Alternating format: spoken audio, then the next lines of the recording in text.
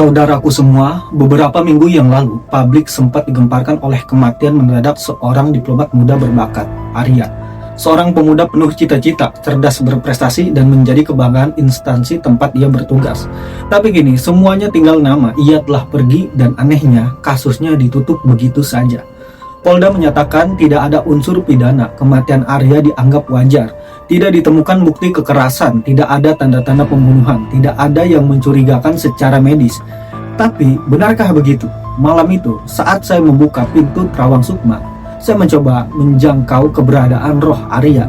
Dan yang saya rasakan bukanlah ketenangan dari roh seseorang yang wafat karena ajal biasa. Yang hadir justru gelombang getaran energi yang menekan, berteriak dalam diam, dan membawa pesan dari alam antara. Sukma Arya tidak tenang, wajahnya muncul dalam bayang, matanya tidak terpejam, hatinya belum rela, dan di balik itu muncul penggalan energi yang kabur, seperti ada upaya penghapusan jejak secara gaib.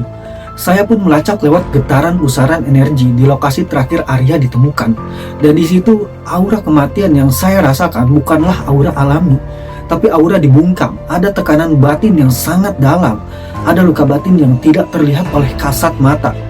Dalam penerawangan lebih dalam, muncul sosok bayangan lain. Sosok ini tidak menunjukkan wajahnya, tapi terlihat jelas dia memegang sesuatu, benda seperti botol kecil hitam, dan mengeluarkan asap saat dibuka.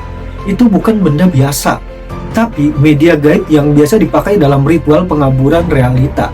Dalam istilah spiritual, ini disebut pelebur sidik takdir. Benda ini digunakan oleh pelaku ilmu gelap tingkat tinggi untuk menyabarkan penyebab kematian, menipu hasil medis, dan mempengaruhi energi lingkungan agar terlihat wajar. Tapi meski dunia tertipu, Sukma Arya belum bisa dibohongi. Ia menuntut keadilan bukan untuk dirinya, tapi untuk kebenaran yang telah dikubur bersama tubuhnya. Saya pun mencoba mendalami siapa sosok ini, dan mengapa Arya harus menjadi korban. Getaran energi mengarah pada dua kemungkinan besar. Yang pertama, ada konflik internal yang tidak pernah disuarakan. Atau yang kedua, ada peran yang sejak awal membawa aura gelap, tetapi dikenakan topeng cahaya. Dan yang paling mengagetkan, sebelum Arya meninggal, ia sempat mendapat mimpi berulang. Dalam mimpi itu, ia berada di ruangan dengan banyak cermin. Dan setiap kali ia menatap cermin, yang muncul bukanlah wajahnya, melainkan wajah yang bukan manusia, seperti sedang diperlihatkan nasibnya melalui simbol gaib. Nasibnya melalui simbol gaib, dan dalam ilmu kebatinan, mimpi dengan simbol cermin adalah pertanda jiwa sedang ditarget. Banyak kasus santet modern menggunakan pantulan energi lewat media refleksi, seperti cermin atau layar. Apakah Arya dikorbankan? Apakah dia tahu rahasia yang seharusnya tidak ia ketahui? Apakah ia mencoba keluar dari lingkungan tertentu dan akhirnya dibungkam? Saya nggak bisa menjawab semuanya, karena dunia gaib hanya memberi potongan demi potongan. Tapi satu yang pasti, Arya tidak mati karena ajal biasa. Ia disingkirkan, dan semua upaya penutupan itu hanyalah permainan kasat mata.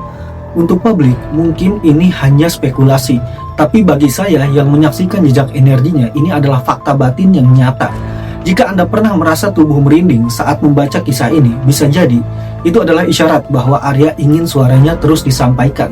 Jangan biarkan suara Sukma itu hilang, karena dalam dunia gaib, keadilan tidak akan mati.